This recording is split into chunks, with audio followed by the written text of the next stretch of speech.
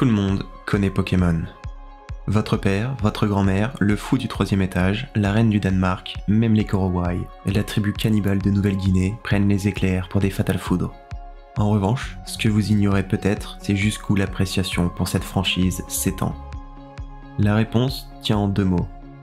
Aucune limite. Que ce soit Big Flo, Logan Paul, Brie Larson, les One Direction, l'empereur du Japon ou Robert Downey Jr., ils sont tous prêts à échanger leur fortune contre un Dracofeu Holo première édition. Si cela prouve que Pokémon ne connaît pas de frontières, ces quelques faits ne sauraient mesurer la véritable popularité de la licence. Bien sûr, je pourrais compter les milliards qu'elle a générés, les pays qu'elle a touchés, ou les générations qu'elle a traversées. Mais ça non plus ne suffirait pas. Pas le choix. Pour que chacun puisse commencer à appréhender une portion de l'amour infini que le monde entier porte à cette saga, le mieux, c'est de laisser une poignée de fans vous le chanter. Nous sommes au théâtre d'Orlando pour une symphonie Pokémon et après un très bon concert, les rideaux se réouvrent pour une dernière musique.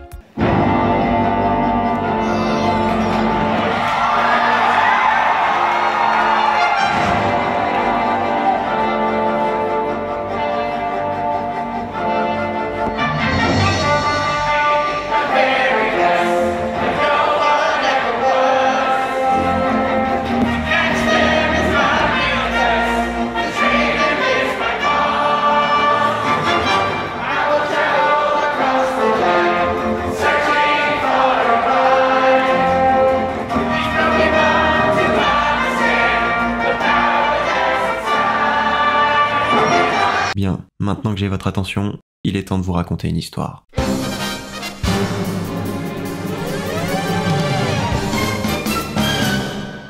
Pika pika. Setagaya, Tokyo, 1996. Dans un magnifique jardin zen, un homme déguste un subtil sencha. Ses arômes d'herbes fraîches lui flattent les narines. À côté, une sublime carpe koi s'amuse à bondir dans son étang. Sur les murs de sa maison, quelques tanuki chapardeurs se faufilent en direction des poubelles. Dans les rues, un ninja manifeste en silence. Il envoie shuriken, manie katana et use de jutsu tous plus impressionnants les uns que les autres. Dans les airs, un dragon virevolte avec grâce et élégance. Impérial, il serpente entre les nuages. Au loin, des mechas s'arment. Les 10 tonnes d'acier s'articulent dans un frottement métallique étourdissant. Au milieu de cette agitation, Satoshi Tajiri est serein. Calme et détendu, il se sent bien. En attrapant sa Game Boy, le trentenaire est pris d'une autre hallucination. Il voit des insectes ramper le long du câble Link de sa console. À sa place, beaucoup se seraient demandé ce qu'il y avait dans ce thé. Certains auraient paniqué. Mais Satoshi, lui, eut une idée. Les yeux piquants, il s'imagina, l'espace d'un instant, des enfants s'échangeant des petits monstres de console à console. Bien sûr, à ce moment-là, il était loin de se douter qu'il venait juste de créer la franchise la plus lucrative de l'histoire de l'humanité.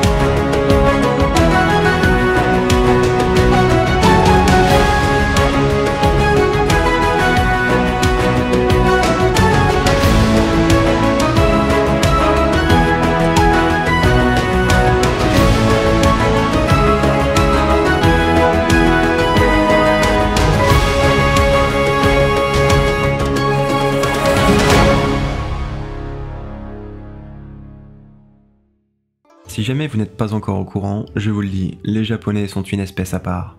Au pays du soleil levant, beaucoup d'enfants avaient l'habitude de jouer et de collectionner des insectes. C'est notamment le cas de notre héros, Satoshi, le papa de Pokémon.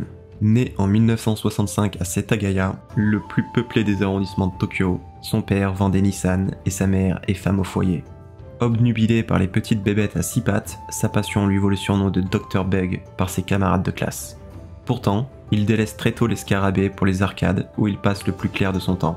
Piqué par le poison de la passion, il démonte la Famicom de la maison pour voir comment ça fonctionne à l'intérieur. avant de gagner un concours de création de jeux vidéo organisé par Sega. Sa fascination manque de le faire rater son diplôme de fin d'études, puis lui fait refuser un très bon job pistonné par son père.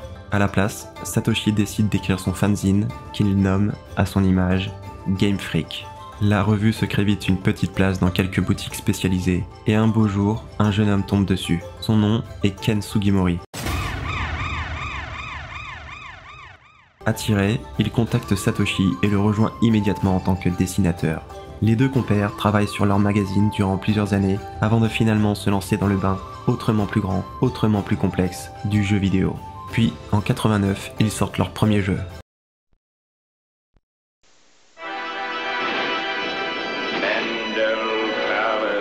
Sans révolutionner l'industrie, ça sera un peu plus tard, les qualités de leur création attirent des partenaires comme Sony ou Nintendo.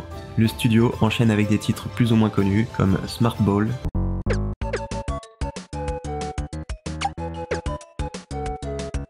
Yoshi, Taloulou le magicien,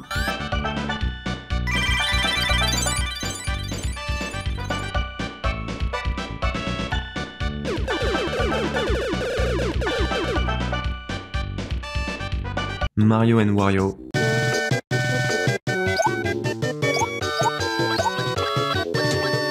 jusqu'à Pulseman en 94.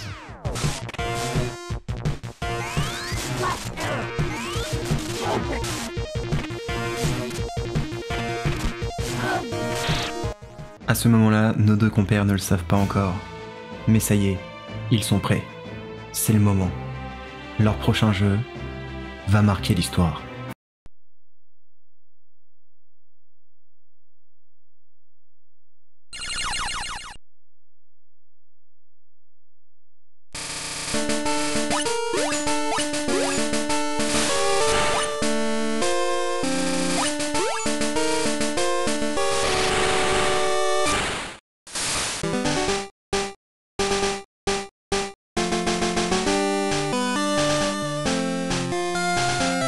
Pourtant, le développement n'aura pas été de tout repos. Quand Satoshi propose le projet à Nintendo, c'est eux qui se demandent ce qu'il met dans son thé.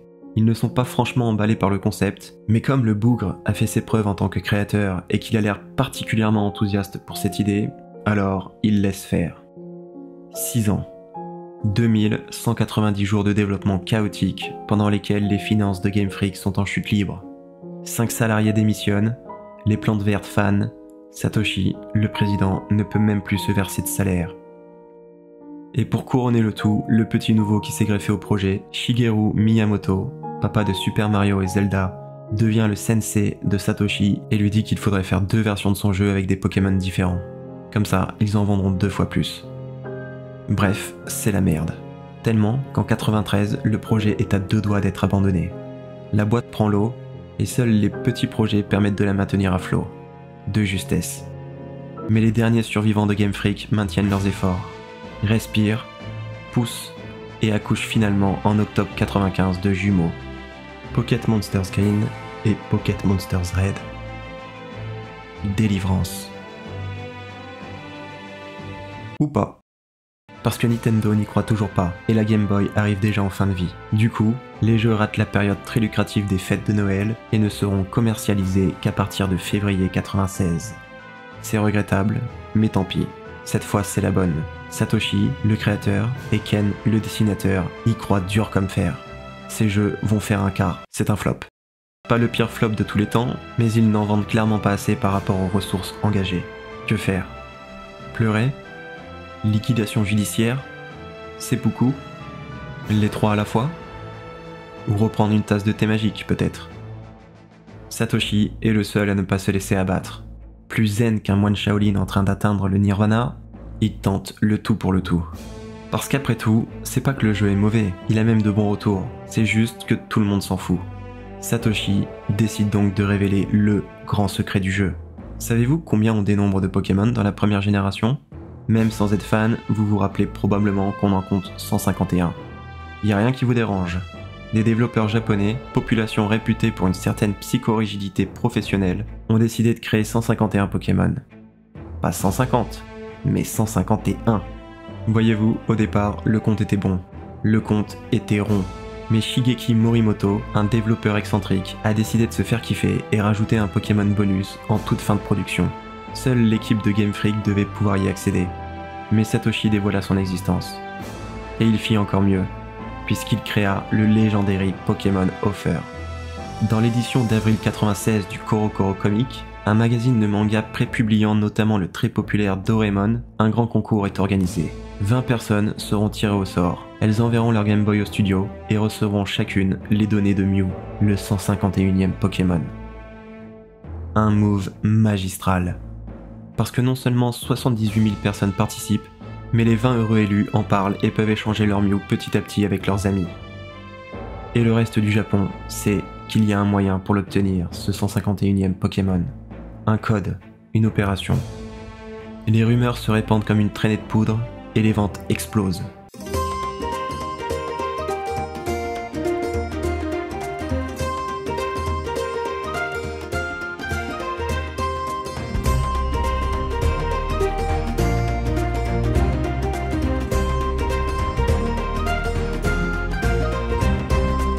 Le jeu caracole 1 an et demi en tête des ventes, et lorsque la version bleue sort, il devient le tout premier à dépasser le seuil infranchissable des 10 millions d'exemplaires vendus, rien que sur l'archipel.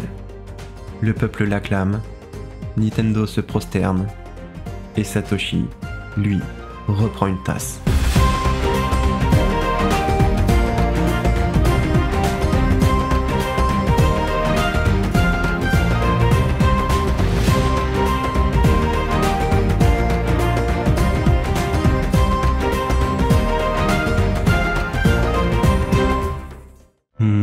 Abonnez-vous et restez pendant la pub car la suite est 1000 fois mieux. Ok, j'exagère peut-être un peu mais ça m'arrangerait quand même que vous restiez.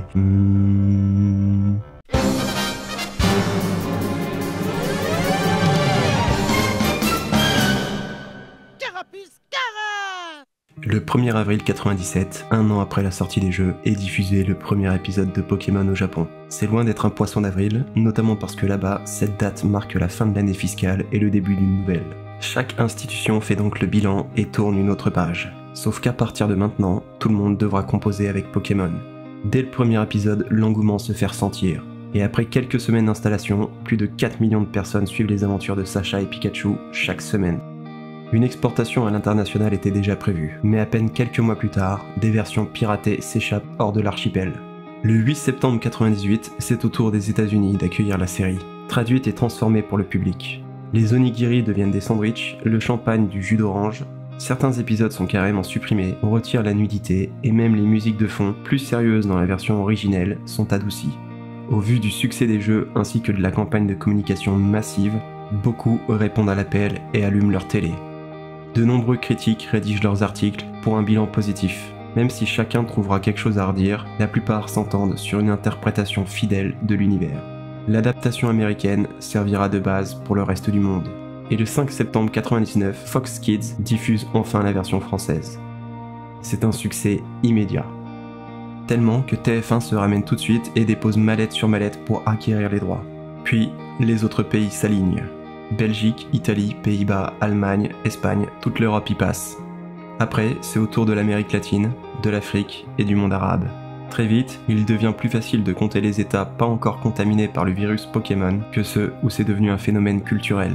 Au final, il n'aura suffi que de quelques années pour que la franchise se répande à travers tous les pays du monde, quelle que soit leur situation économique, leur langue ou leur culture. Alors bon, j'avoue, je n'ai jamais été un fan hardcore de Pokémon. Je blâme l'enfant très con que j'étais à l'époque. Pas foutu de comprendre le principe des grilles horaires de la télé. Je n'arrivais pas à concevoir que tous les dessins animés passaient à une heure précise. Pour moi, chaque matin était une loterie. Est-ce qu'on va avoir droit aux aventures de Sacha ce mercredi? Peut-être même Yu-Gi-Oh, qui sait? Ben non, c'est encore ces putains de Totally Spies. Pas que j'ai une dent contre les 3 espionnes, mais moi, j'étais plus intéressé de savoir si Sacha allait devenir le meilleur dresseur, plutôt que qui Clover allait pécho. Tout ça pour dire que comme j'ai jamais vraiment pu rentrer dans le train de l'amour au bon moment, je suis encore sur le quai de l'indifférence aujourd'hui.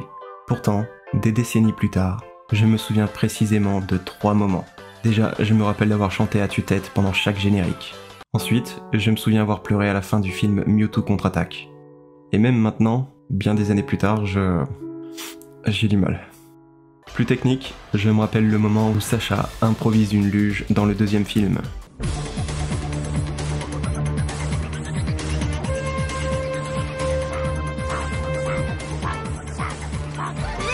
Il aurait juste pu voler sur le dos de Dracofeu, mais ça n'a jamais été une flèche, notre héros. Maintenant que j'y suis, je me remémore aussi de l'intro du troisième film, Le sort de Zarbi. Bon, je suis désolé, j'ai tout essayé, mais YouTube est intransigeant. Du coup, souvenez-vous, ça faisait un truc genre...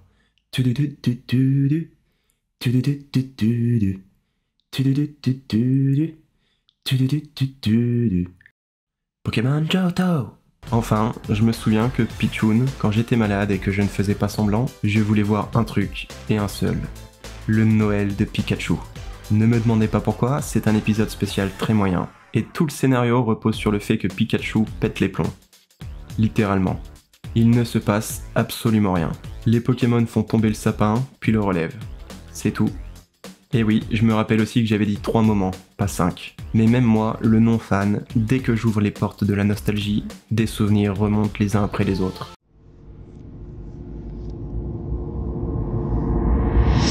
Je ferme les yeux et hop, je revois Dracofeu faire un Nippon Seoi Nage aérien à Magmar.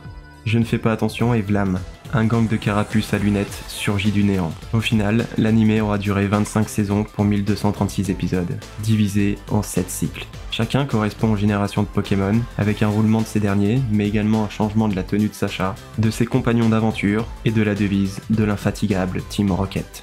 Évidemment, comme à part Sacha personne n'est fou dans cette histoire, un reboot de la série a été mis en place. Dans le tout nouvel animé, on découvre de nouveaux protagonistes, Capitaine Pikachu, oui c'est bien son nom, affublé d'une casquette et aux commandes d'un dirigeable, ainsi que des antagonistes flambant neufs. Mais je suppose que, comme moi, beaucoup d'entre vous se sont arrêtés au premier cycle. Du coup, voici ce que vous avez manqué. Le duel promis entre le Dracofeu de Sacha et le Tortank de son rival, Régis, l'évolution de Togepi qui n'aura pris que 276 épisodes, l'apparition de N, un des personnages les plus appréciés des fans, Pikachu obèse un peu bourré, le retour de Pierre et Ondine, devenus champions d'arène, Pikachu apprend le Kung Fu et exécute un Falcon Punch en synchro avec Sacha pour fumer Ondine, Dracofeu Emo se prend un Shuriken géant dans les dents, Pikachu vole la casquette de Sacha pour devenir encore plus trognon et encore plus puissant, la première victoire d'une ligue Pokémon de Sacha, et une pléthore de grands moments. Mais vous avez surtout raté la conclusion de Pokémon. Le dernier tournoi. L'ultime consécration. La fin des aventures de Sacha et Pikachu. Vous avez du bol, bande de petits levénards, car je suis là pour y remédier. Les dernières saisons de l'anime se concentrent sur le tournoi du couronnement mondial, une compétition internationale où tous les dresseurs peuvent s'inscrire. Les participants sont alors divisés en 4 classes. Les 8 premiers appartiennent à la Masterclass. Ensuite, la Hyperclass regroupe du 9e au 99e. Puis, on a la Superclass du 100e au 999e. Et le reste s'entasse dans la Normal Class. Le principe est on ne peut plus simple. Les dresseurs de même classe s'affrontent lors de combats officiels et montent ou descendent. Parfois de nombreuses places en fonction de leur performance. Pour passer à une classe supérieure, il faut se hisser au sommet de la sienne, puis vaincre le dernier de celle juste au-dessus. Et à la fin de la saison, un tournoi est organisé entre les 8 premiers pour sacrer le monarque, le meilleur dresseur Pokémon au monde. Vous le voyez venir, pas vrai?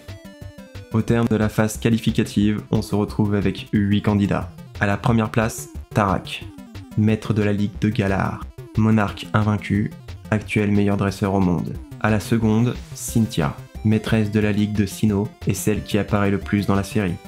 À la troisième, Pierre Rochard, fils de riche et maître de la ligue de Hoenn.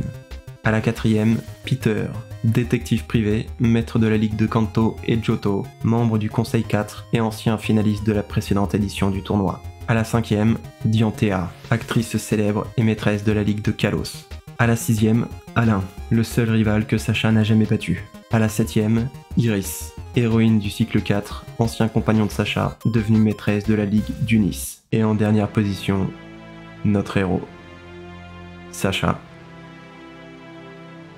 Originaire du Bourg-Palette, maître de la ligue d'Alola. On y est. Après plus de 25 ans à rêver, voyager et progresser, son objectif n'est plus qu'à quelques jours, qu'à quelques combats. Pas question d'échouer.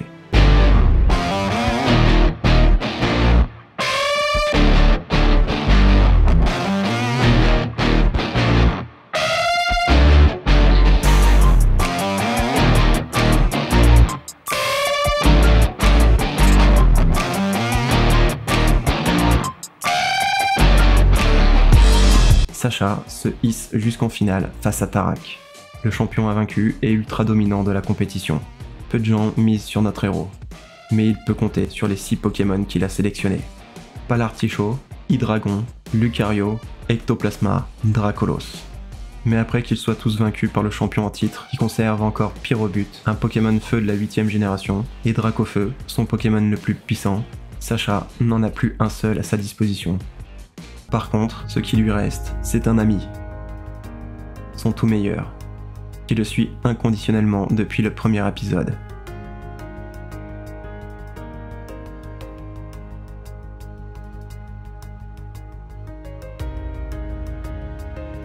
Et je n'ai même pas besoin de prononcer son nom.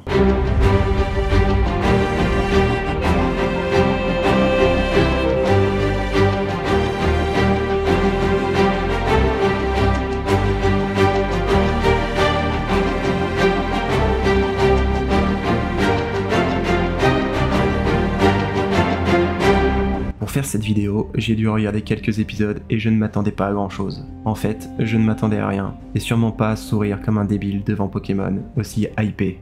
Mais comment ai-je pu douter?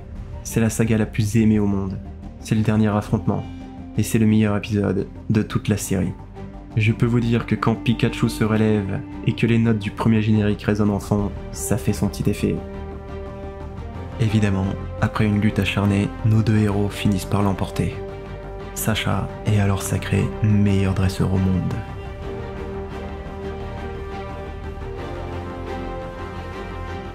Après sa victoire, Sacha retourne chez lui. En route, il assiste au spectacle d'un gang de carapuces familiers et retrouve le low class des îles Oranges, avant de finalement regagner le bourg Palette, là où tout a commencé. Il prend un peu de repos chez sa mère avant de se faire attaquer une toute dernière fois par la Team Rocket. Jesse, James et Meowth font leur discours, comme aux premières heures, et parviennent à capturer Pikachu. Sacha n'a pas ses Pokémon sur lui, mais un vieil ami lui vient en aide. Roucoups, le premier Pokémon qu'il a capturé, aujourd'hui devenu Roucarnage. Celui-ci libère Pikachu, qui envoie la Team Rocket voler vers d'autres cieux. Enfin, alors qu'il pensait son but atteint et déprimé légèrement, Sacha réalise que son voyage n'est pas terminé. À son goût, il n'est pas encore un véritable maître Pokémon. Alors, accompagné de son fidèle Pikachu, sur une musique connue de tous, il quitte une nouvelle fois sa ville natale et, ensemble, partent pour de nouvelles aventures. Et en parlant de musique emblématique, il y en a au moins une autre dont beaucoup doivent se souvenir. Attrapez-les toutes, attrapez-les toutes, attrapez-les toutes, attrapez-les toutes. Chlamydia, syphilis, gonorrhée.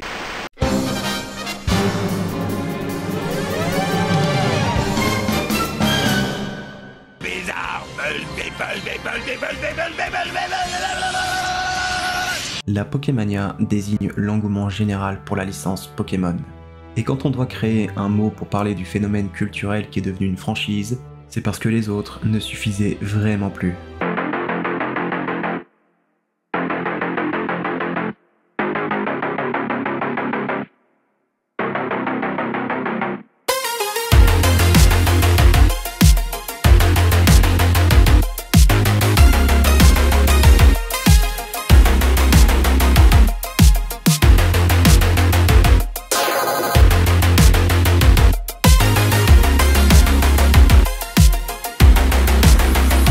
Les cartes à jouer et le Japon, c'est une longue histoire d'amour.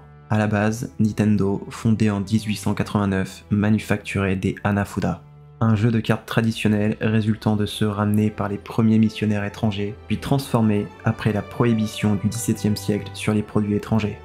Ce n'est donc une surprise pour personne que ce soit l'un des tout premiers produits dérivés envisagés par l'entreprise. Les cartes sortent seulement quelques mois après les jeux. Le but est de créer un cercle marketing vertueux entre elles, l'anime et les jeux vidéo afin de booster la popularité et in fine, bien sûr, les ventes. À l'international, elles sont produites par Wizards of the Coast, qui s'occupait déjà de Magic l'Assemblée, le jeu de cartes référence. En 5 ans, il publie 12 séries et génère plus de revenus que Magic, le TCG le plus célèbre au monde, n'en a rapporté en une décennie. Je vous l'ai dit, on ne parle pas de Poké Success, mais de Pokémania. En latin et en grec ancien, mania signifie folie.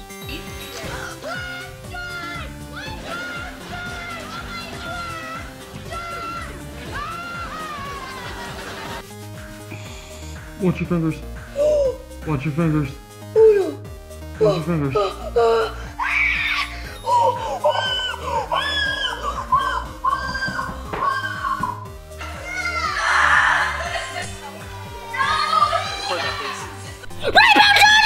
What?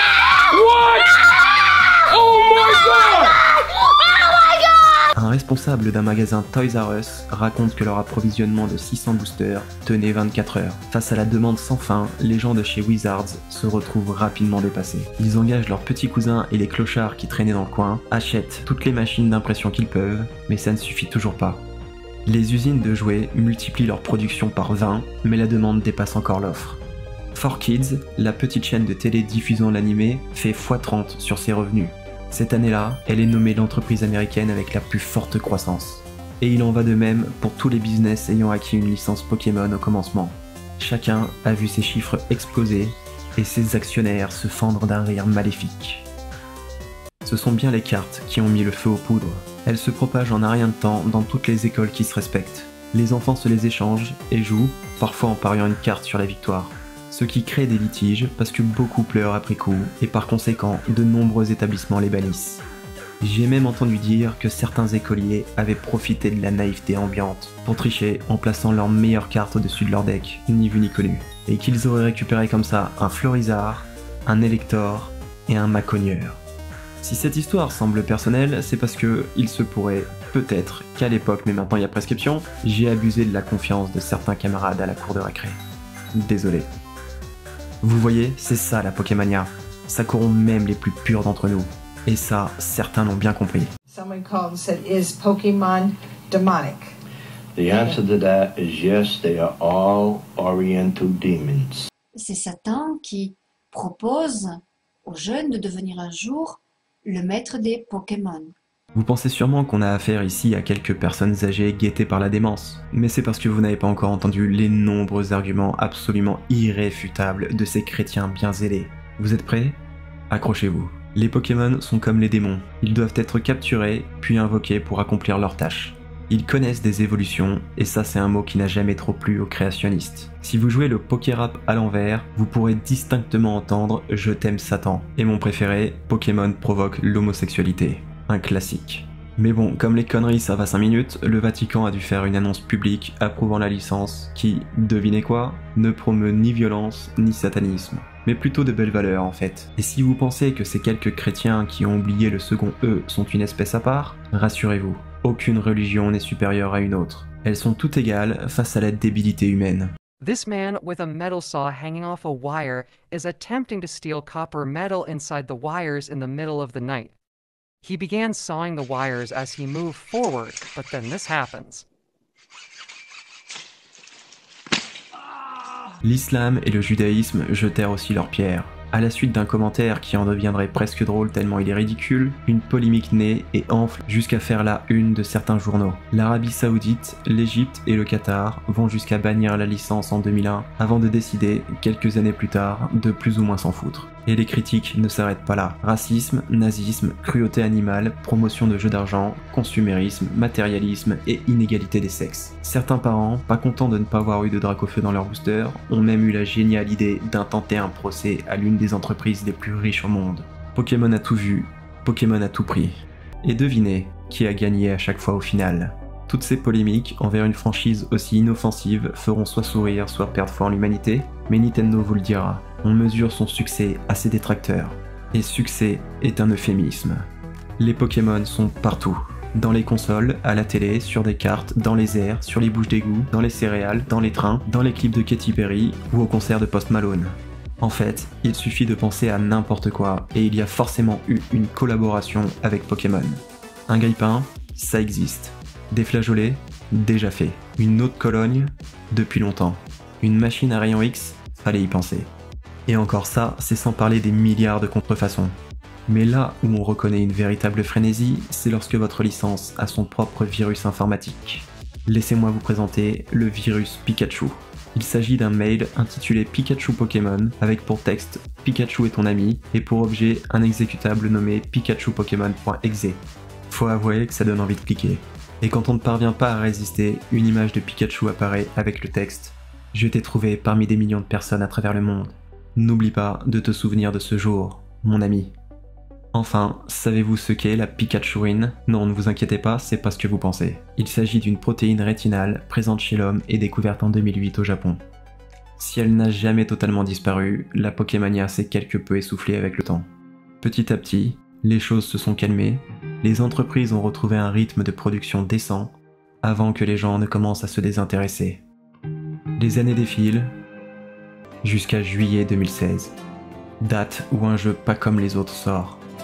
Date qui marque un tournant dans la licence.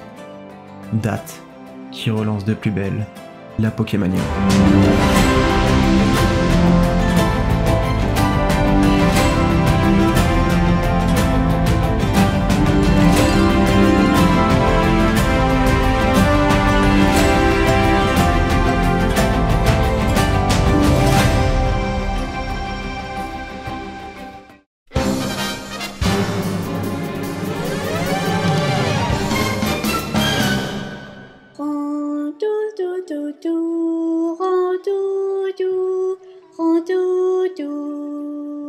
Après Pokémon Snap, de loin le meilleur jeu de la licence, je veux pas de débat, Pokémon Stadium ou le Tamagotchi Pikachu ont pensé qu'ils avaient tout fait.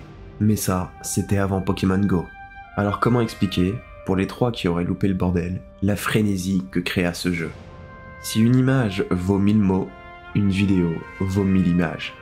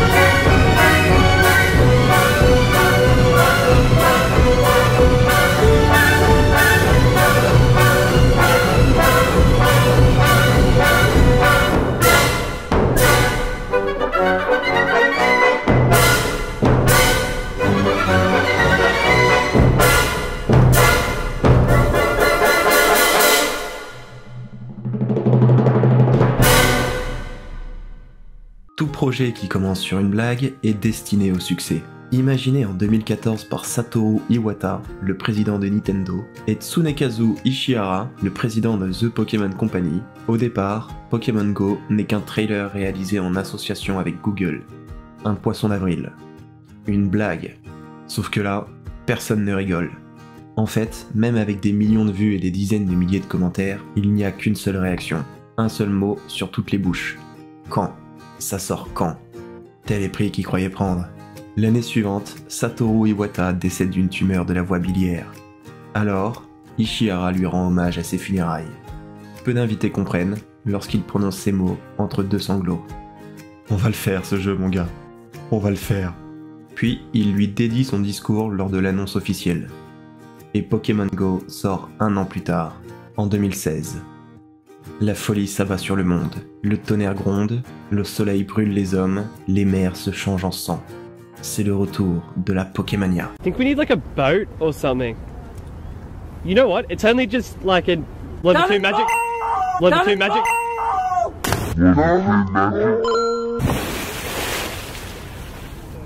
It was only like a level 2 Magikarp. Le 6 juillet sort la première version du jeu aux États-Unis. Le lendemain, les investisseurs sont bouche bée. L'action de Nintendo vient de prendre 10%. Et une semaine plus tard, elle grimpe à 50%. En moins d'un mois, la valeur marchande de la société augmente de 17 milliards de dollars. La demande est si forte que 15 minutes après le lancement, les serveurs doivent gérer un trafic 50 fois plus important que ce qui était prévu. Ils crachent en boucle pendant plusieurs jours, ce qui oblige Niantic, le studio de développement, à décaler toutes les sorties sur les autres continents. Et malgré ces précautions et la revue à la hausse des attentes, c'est la même histoire pour la sortie en Europe le 16 juillet, puis rebelote le 17 quand le Canada s'ajoute à la fête. Ça bug, ça rame, c'est un enfer. Mais ça n'empêche pas Pokémon Go de devenir le jeu mobile le plus téléchargé sur son premier mois, avec 130 millions de curieux, et celui qui brasse le plus de thunes avec 206 millions de dollars. Ces chiffres ne font qu'augmenter pour atteindre en un an 500 millions de joueurs pour près d'1 milliard de revenus. Mania. Bon, pour les 3 d'entre vous qui auraient loupé le coche, Pokémon Go c'est un jeu mobile de réalité augmentée qui consiste à se balader pour croiser puis capturer des Pokémon. C'est simple, efficace et addictif. Mais plus important encore, c'est gratuit. Cerise sur le gâteau, le jeu encourage les jeunes à sortir, visiter des endroits inconnus, ce qui est toujours bon pour la santé comme pour les petits commerces locaux. Maintenant, il y a un hic. C'est que les Pokéstops, des endroits où il est possible d'attirer des Pokémon rares, se trouvent sur des points d'intérêt aléatoires. Alors autant cela ne pose pas trop de problèmes quand il s'agit de la Tour Eiffel, autant quand c'est une base aérienne de l'armée américaine ou la zone coréenne démilitarisée, ça donne lieu à de sacrés quiproquos. Ça va même plus loin que ça. Vous n'imaginez pas ce que les gens sont prêts à faire pour capturer un Magikarp. Brian, un éditeur plutôt célèbre, a littéralement dévalé une colline pour l'obtenir, son poisson. Scotchés à leur téléphone, 2 personnes sont tombées d'une falaise de 30 mètres. Alors encore une à la limite, je veux bien, mais que les 2 chutent l'une après l'autre, c'est quand même fort. D'autres gens se sont coincés dans des arbres ou des caves et ont dû expliquer aux secours qui avaient passé 4 heures à les déloger comment ils se sont retrouvés là. La police de Manchester a profité du phénomène pour poster un tweet. Elle a prévenu tout le monde qu'il y avait un Dracofeu dans leur commissariat, mais que seuls certains chanceux avaient le droit de venir le capturer. De son côté, Diane, 14 ans, a tenté de rentrer à plusieurs reprises dans un strip club pour un reptincelle. Moins drôle, plusieurs groupuscules mal intentionnés ont attiré des victimes à des Pokéstops pour les dépouiller les unes après les autres. Shayla, une jeune femme de 19 ans, cherchait un carapuce dans la rivière à côté de chez elle. Shayla a bien trouvé quelque chose. Mais pas de chance, c'était un cadavre. L'histoire ne raconte pas si elle a essayé de le capturer. Mais on trouve aussi de belles histoires, comme celle de cette mère qui raconte comment son fils autiste est passé d'à peine capable de parler à quelqu'un à « Yo les petits loulous, ça capture quoi en ce moment, dites voir ?» Plusieurs groupes de joueurs ont également pu prendre des criminels sur le fait et les rapporter à la police. Mais bien sûr, tout ça n'est rien face à Shen. Non, je ne parle pas du professeur, mais bien du grand-père taïwanais qui a décidé que, quitte à jouer, autant le faire correctement. 64. C'est le nombre de téléphones qu'il utilise en même temps, 6 jours par semaine, jusqu'à 20 heures par jour, pour capturer des Pokémon. Alors non, moi non plus, je ne sais pas comment il fait pour voir où il va sur son vélo, mais c'est pas ça le plus fou.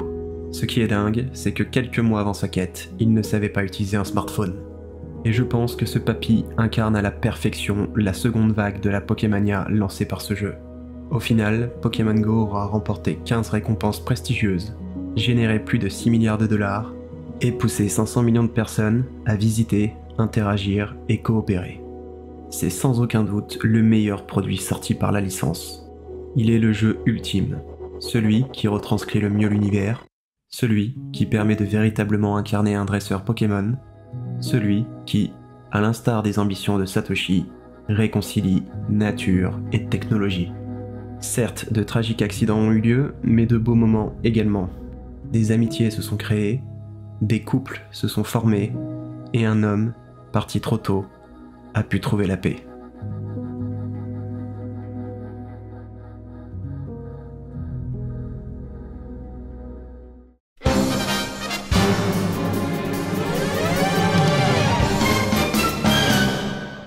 Poissy, reine. Alors comment créer la franchise la plus rentable de l'histoire? Déjà, il faut avoir une vision, celle de Satoshi Tajiri, collectionneur d'insectes et passionné de jeux vidéo. Après, il convient de travailler d'arrache-pied, jour après jour, même si presque personne ne croit en vous. Mais ça ne suffit pas, il faut également un ange gardien. Tsunekazu Ishihara, l'un des deux créateurs de Pokémon Go, président de The Pokémon Company, travaille dans l'ombre depuis les premières heures de Game Freak. C'est lui qui a soutenu, coûte que coûte, le développement des 2 premiers jeux, en allongeant liasses de billets sur Tiki Resto. C'est lui qui a pensé en premier à commercialiser un jeu de cartes. C'est lui qui s'est occupé de promouvoir la licence, de sortir des figurines, des peluches, des grippins, des flageolets et tout ce qu'on connaît aujourd'hui. Il est le producteur, le mécène et le sauveur de Pokémon. Sans lui, Satoshi serait encore en train d'organiser des combats de scarabées dans son jardin. Ensuite, quand je vous dis Pokémon, vous pensez à quoi exactement? Sacha? Mew? Sulfura? Il est plus probable que ce soit la mascotte qui apparaisse dans votre esprit. Le seul, l'unique. Pikachu est à Pokémon ce que les chats sont à Internet. De très loin le plus populaire, même les néophytes absolus pourront le retrouver sous pression. C'est un Pokémon que je peux connaître, moi? Oui. Oh, bon. Putain, je connais pas les Pokémon Ronflex, Miflex. Le plus connu, c'est Pikachu. Pikachu est aussi le seul Pokémon à conserver son nom original dans toutes les traductions. Pourtant, son immense succès n'était pas assuré, bien au contraire.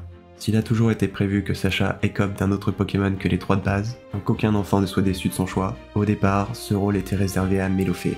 Heureusement, nos amis japonais ne laissent rien au hasard. Certains employés de Game Freak ont infiltré des collèges, déguisés en écoliers, pour enquêter. Et ils se sont vite rendus compte du succès imprévu qu'avait rencontré Pikachu. Comme ils savaient déjà que Kirby avait du mal à plaire aux garçons américains, ils ont décidé de changer la mascotte de l'animé pour cette petite boule de poil électrique, qui attire autant les gars qu'ils trouvent cool que les filles qu'ils trouvent mignons. Et on peut dire qu'ils ne se sont pas trompés. Parce qu'avant même que quelqu'un ne se rende compte de quoi que ce soit, Pikachu avait déjà conquis le monde.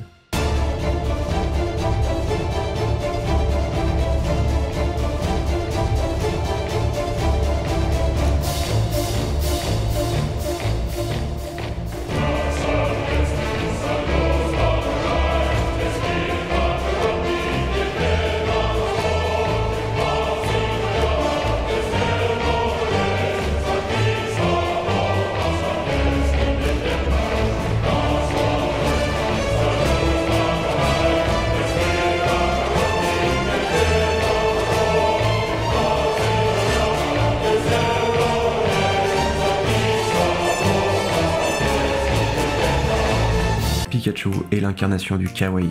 C'est simple, on ne fait pas plus mignon que lui. Et ça, on le doit en grande partie à sa doubleuse, Ikue Otani. Tout de suite, un extrait qui donne le sourire. Otani, Ikue-san. Pikachu no kore desu. Pikachu, ちょっと言っていただけます？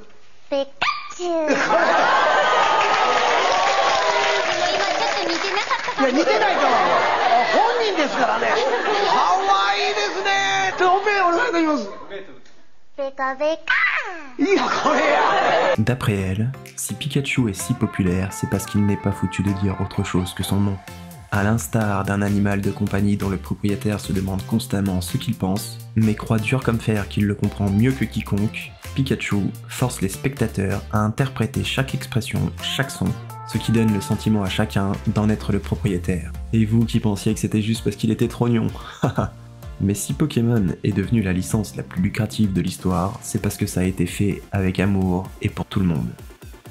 Même si cela ne vaut que pour les premières générations, il faut reconnaître le travail fourni par Satoshi et Ken, le dessinateur principal. Il y en a pour tous les goûts. De ce trop mimi qui ne ferait pas de mal à une mouche, à un léviathan capable d'engloutir une famille d'un coup d'un seul. En passant par les oiseaux légendaires ou les spécimens plus ténébreux et mystiques. On pense à tout le monde, personne n'est laissé de côté. Si bien que même un escroc comme Uri Geller, en croisade contre Kadabra depuis plus de 20 ans, finit par leur pardonner.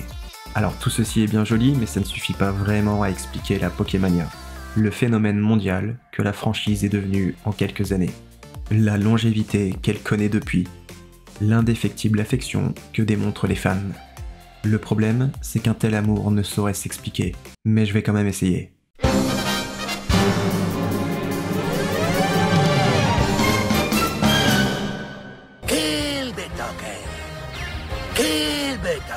Si Pokémon est la franchise la plus populaire de tous les temps, c'est parce que Satoshi et Ken ont réussi à enfermer le Japon tout entier dans une capsule. On fait difficilement plus japonais que Pokémon. Prenez la Pokéball pour commencer. L'idée provient des Gashapon, ces machines ô combien populaires sur l'archipel qui distribuent des capsules renfermant un jouet. Apparues en 1965, elles ont proliféré depuis et conservent un fort succès de nos jours. C'est délicieusement ironique qu'aujourd'hui, les plus prisés soient justement des Pokémon. Mais ça va un peu plus loin que ça. Le fait d'enfermer une créature dans une capsule miniature, d'avoir un conteneur moins grand que le contenu, est un fantasme japonais. Obsédé par l'optimisation de l'espace, Tokyo étant toujours la ville la plus peuplée de la planète, on retrouve l'idée, bien qu'elle soit sans doute aussi vieille que le monde, dans Dragon Ball avec les capsules de Bulma, ou encore dans les capsules Kaiju de Ultraman, l'une des inspirations premières de Satoshi. S'ils n'ont pas réinventé la roue de ce côté-là, on pourra tout de même apprécier le soin apporté au design de la Pokéball. Simple, élégante, mémorable. À l'image de la série. Et ce souci du détail, très nippon dans l'âme, se retrouve partout. À commencer par le design des Pokémon. On retrouve énormément d'éléments du folklore japonais à travers ces derniers. Pikachu lui-même vient de Raiju, l'animal tonnerre compagnon de Raiden, le dieu de la foudre. Miaous s'inspire du Manekineko, la statue porte-bonheur que tout le monde connaît. Fenard est un renard à 9 queues, créature légendaire que tous les fans de Naruto connaissent. Et si vous êtes déjà demandé par quel prodige Magikarp évolue en Léviathan, c'est parce qu'il s'agit d'une vieille légende. Les portes du dragon étaient une cascade immense, tellement que toutes les carpes qui parvenaient à la remonter se transformaient en dragons. Beaucoup d'autres s'inspirent également de yokai, de légendes ou de mythes répandus au Japon, peut-être même tous pour ce que j'en sais. Ainsi, on retrouve dans les Pokémon à la fois le sérieux japonais et son côté déjanté, le perfectionnisme à l'extrême et la folie outrancière, le kawaii, le badass, l'exotisme, la fascination. Il y a tout le Japon dans les Pokémon, même son pacifisme. Le 3 novembre 1946, après des années de guerre atroce et le traumatisme de 2 bombes atomiques, le Japon, alors empire impérialiste parmi les plus belliqueux, ajoute l'article 9 à sa constitution. Aspirant sincèrement à une paix internationale fondée sur la justice et l'ordre, le peuple japonais renonce à jamais à la guerre. Oui, les Pokémon s'affrontent, mais ils ne meurent ni ne se blessent jamais sérieusement. Il n'y a pas d'effusion de sang ou de réelles conséquences. Et je pense que c'est ça, le secret du succès de cette licence pas comme les autres.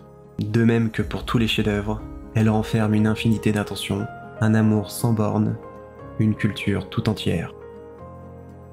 Voilà ce que vous trouvez lorsque vous ouvrez une Pokéball.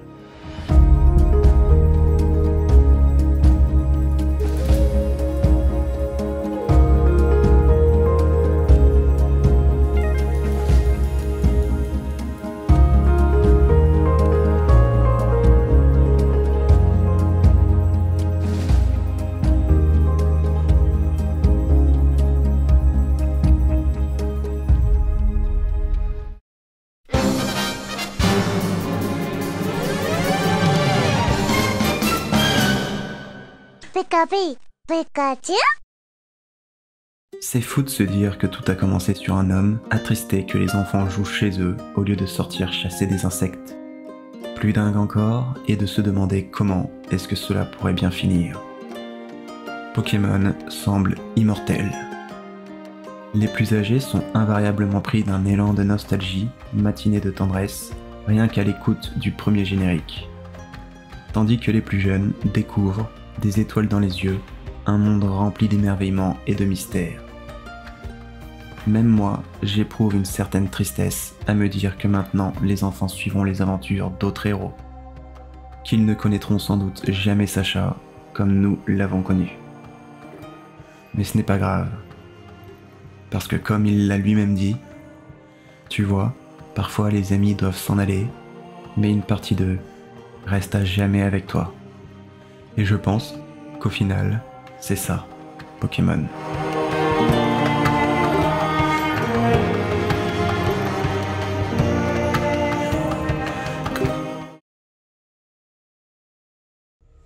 Franchement, je ne pensais pas la faire aussitôt. J'avais d'autres idées en stock que je voulais prioriser, mais au diable les prévisions. La prochaine vidéo va faire plaisir à certains. Vous êtes beaucoup à l'avoir quémandé, petite craquette que vous êtes. Et vous avez de la chance. Je crois qu'il me reste un fixe ou deux.